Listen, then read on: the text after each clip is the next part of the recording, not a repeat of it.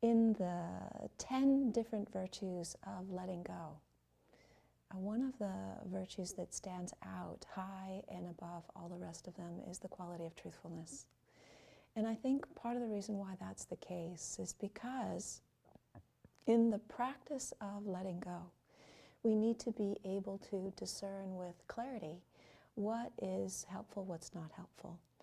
And the more that we're committed to truthfulness, the more that we're going to be able to see clearly what serves and what doesn't serve.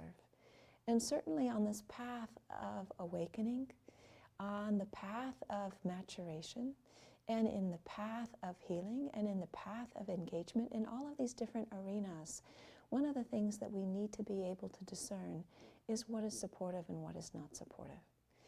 When we are committed to truthfulness, then what happens is that our capacity to see clearly increases tremendously.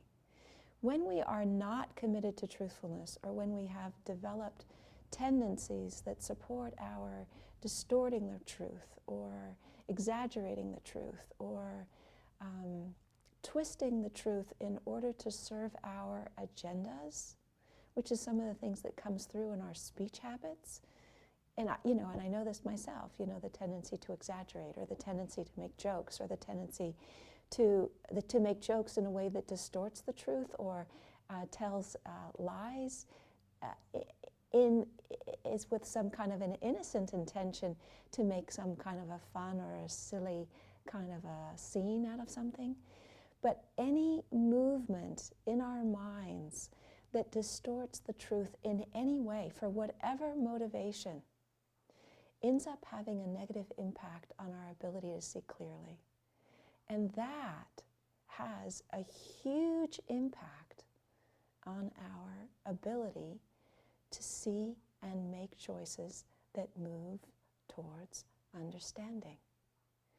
So, when there is a sincere, dedicated, open, genuine, resolved commitment towards awakening, when there is a sincere, genuine, committed, determined interest to heal, when there is an interest to mature, and when there is an interest to engage fully, wholeheartedly with a collaborative partner for processing in community, and engage in some of untangling the tangles of our global problems, the commitment to truthfulness, of standing in our own truth, of knowing what is right and what is true in our own experience, is profound.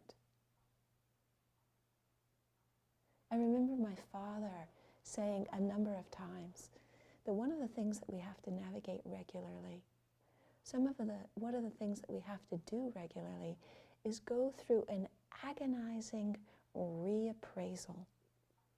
And as who we are, what we are, how we believe, how we function, what we hold to be true, is examined.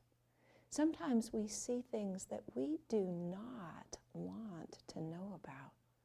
There are things about ourselves that are not at all inspiring, that go completely against the idea of who we think we are, or who we think we are supposed to be.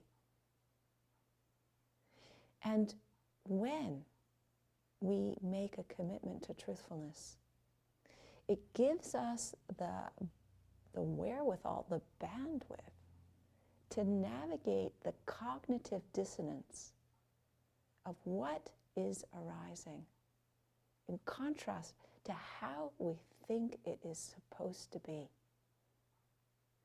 And without that resource, that resiliency, that commitment to honesty, to truthfulness, to staying in the fire when there is a gap between what is, the way we are experiencing ourselves and the world, and the way it is supposed to be, how we have thought it is supposed to be. Until we have developed skill around truthfulness, we collapse in that gap. We do not stand upright. we collapse in that gap and revert to how it is supposed to be, rather than staying with what is. And from a personal perspective, from a community perspective, from a global perspective, that is a disaster. And so, our commitment to truthfulness is critical. It's one of the most significant features of a path of awakening. And it is sometimes exhilarating, and sometimes challenging, and sometimes terrifying to wake up to the truth of the way things are. And what we can know with certainty is that it is the truth of the way things are that will set us free, not how things are supposed to be.